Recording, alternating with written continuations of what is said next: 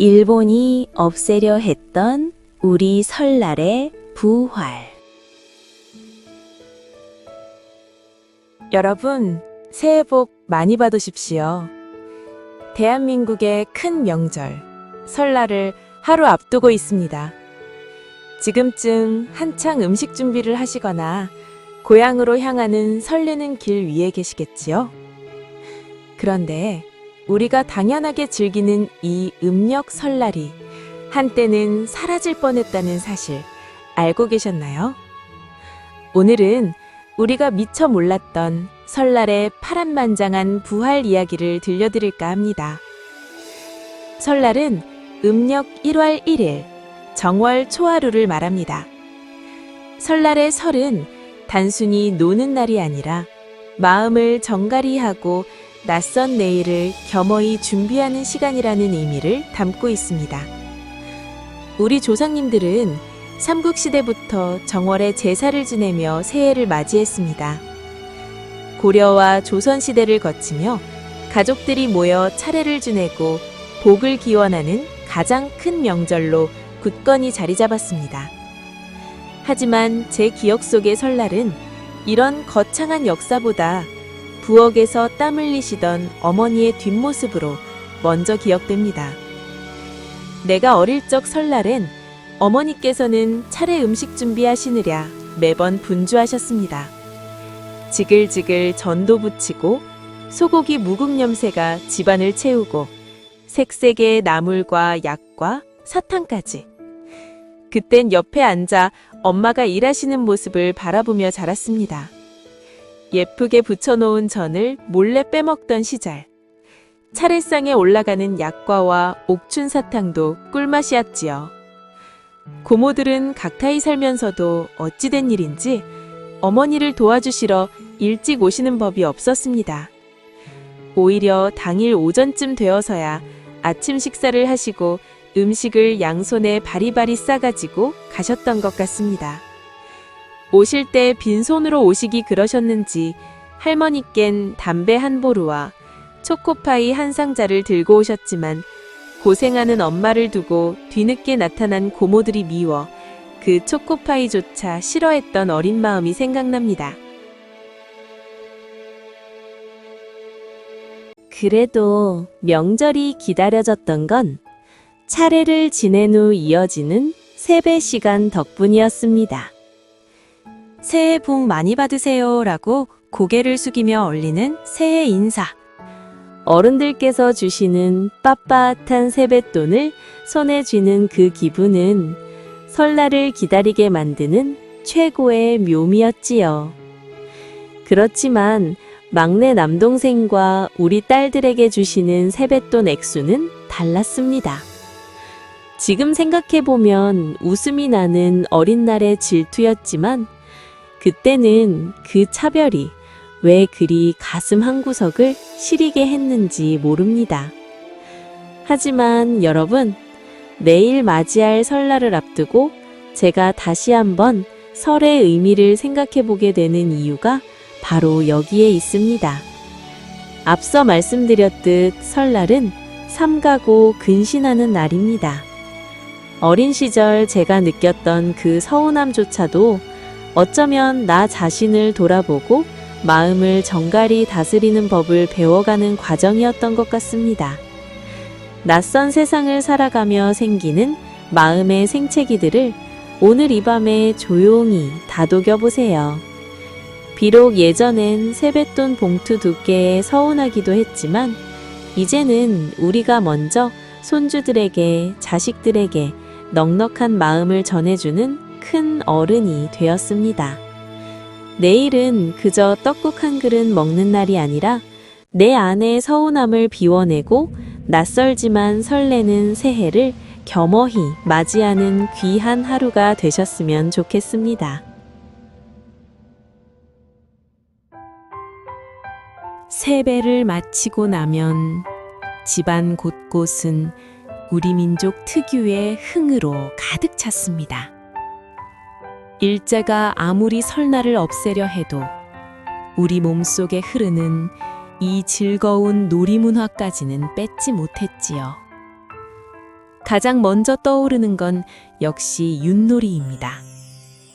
부여시대부터 농사점을 치던 풍습에서 유래했다는 윷놀이는 28개 별자리를 형상화한 말판 위를 도, 개, 걸, 윷, 모를 외치며 누비는 최고의 단합대회였지요. 박달나무로 만든 윷가락이 멍석 위에 던져질 때마다 터져나오던 함성 소리가 지금도 귓가에 쟁쟁합니다.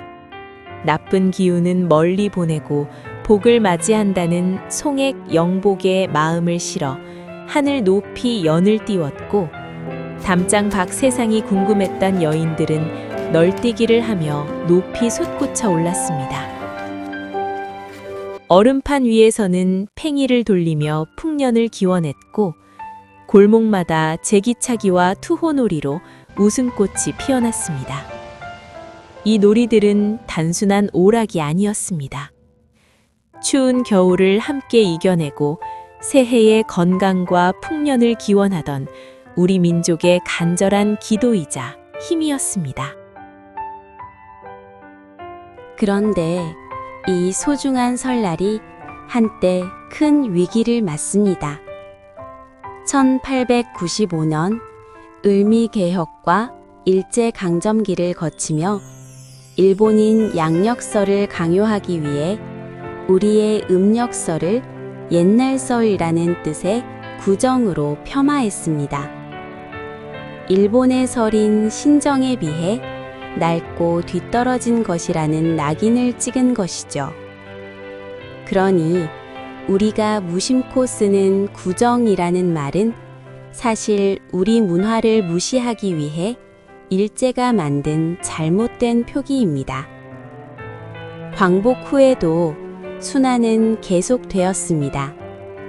정부는 양력설만 공식 공휴일로 지정하고 음력설날은 평일로 두었지요. 특히 당시 정부는 양력설과 음력설을 모두 세는 것을 이중과세, 즉 새해를 2번 맞이하는 낭비라고 규정했습니다.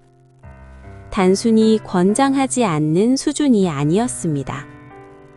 이중과세는 국가 자원 낭비라며 음력 설날인데도 대놓고 떡방아를 찍거나 가게 문을 닫는 것을 단속하고 음력설에 쉬는 사람에게 불이익을 주기도 했지요. 하지만 조용조용 숨죽여 명절을 준비해야 했던 그 서글픈 풍경들. 심지어 관공서나 학교에서는 음력설에 쉬는 사람을 파악해 불이익을 주기도 했습니다. 하지만 우리 국민들은 그 서슬퍼런 단속 속에서도 몰래 차례를 지내며 꿋꿋하게 민족의 전통을 이어왔습니다. 변화는 1980년대에 찾아왔습니다. 1985년 국민의 간절한 정서를 반영해 드디어 음력 1월 1일이 민속의 날이라는 이름으로 공휴일이 되었습니다. 그리고 1989년이 되어서야 비로소 설날이라는 본래 이름을 되찾고 3일 연휴로 확대되었습니다. 잊혔던 우리 민족의 정체성이 다시 살아난 드라마틱한 순간이었죠. 이제 설날은 단순한 휴일이 아닙니다. 일제의 억압과 고단한 현대사를 버텨내고 지켜낸 우리 민족의 뿌리이자 자부심입니다. 떡국 한 그릇, 정겨운 세배 속에는 우리 민족의 끈질긴 생명력과 눈물겨운 부활의 역사가 담겨 있습니다. 그런데 솔직히 요즘 풍경을 보면 마음 한구석이 조금 씁쓸하기도 합니다. 연휴가 길어지면서 차례를 생략하거나 설날에 해외여행을 떠나는 분들이 많아졌죠. 우리의 소중한 명절이 그저 쉬는 날인 연휴로 전락하고 있는 것은 아닌가 걱정이 앞섭니다. 우리가 한번 잃어버렸던 음력 설날을 다시 되찾기 위해 얼마나 많은 시간과 노력이 필요했는지 기억해야 합니다. 우리 조상들이 끝까지 지켜냈던 이 설날을 이제는 우리가 가족과 함께하는 소중한 문화유산으로 보존하기 위해 노력해야 할 때입니다. 지금부터라도 가족이 한자리에 모여 따뜻한 눈을 맞추고 정을 나누는 이 아름다운 문화를 우리 스스로가 지켜나가야 하지 않을까요? 이 소중한 이야기를 우리 자녀와 손자들에게도 들려주어야 합니다.